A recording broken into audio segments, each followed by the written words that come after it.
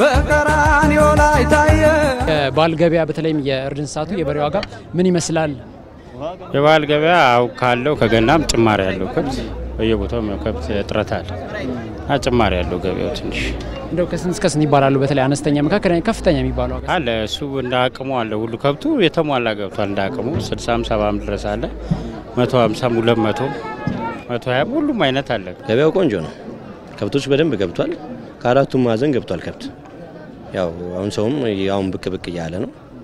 ቆንጆ ነው። ከብት ብዛት ያው ይበልጣል። ከብት በጣም ገብቷል። ከብት ከበቂ በላይ አለ። እንደያቅሙ አለ። አሁን እንደ ፍላጎት ነው ምንም ነገር የሚወስነው።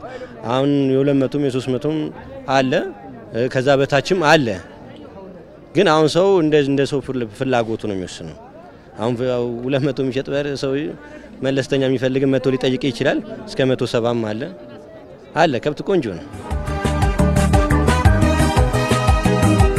እስከ 130 እስከ 120 ምናምን ይባላል። ያው ይቀንሳል። ያው ንግግሩ ነው እንጂ አባባል ነው እንጂ 80 90 ይገኛል። 70 80 90 ምን ታቅሙ ሁሉ ነገር አለ። ከ80 ሺህ እስከ 120 ሺህ የሚጠጋ ነው እስካሁን የጠየቁት። ያው ለቅርጫ የሚሆነው ማለት ነው። ከዛም በላይ አለ እስከ 200 ምናምን ድረስ አለ።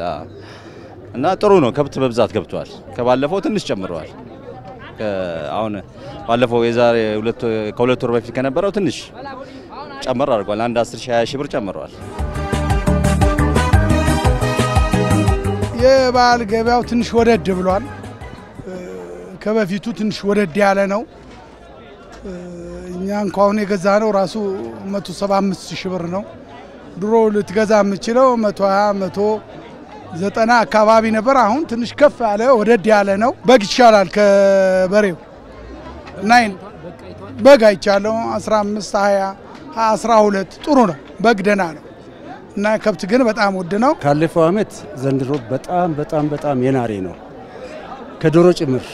አሁን ጧት ዶሮ ፍለጋ ወጥተን ጦራልች አካባቢ ከ2000 ከ1800 እስከ 2000 ነው አንድ ዶሮ የሚጠየቀው። እንደገና ደግሞ በሬ እንገዛለን ብለ ወደዚህ ስንመጣ እንደምታዩ በሬ ተመልከት ሞልቷል ግቢ። በወዳ በኩልም ዞርን እንዳየነው ሞልቷል በሬ። ግን በሬ አልተለቀቀም። አሁን በጣም ተይዟል። ነጋዴዎች ይዞታል።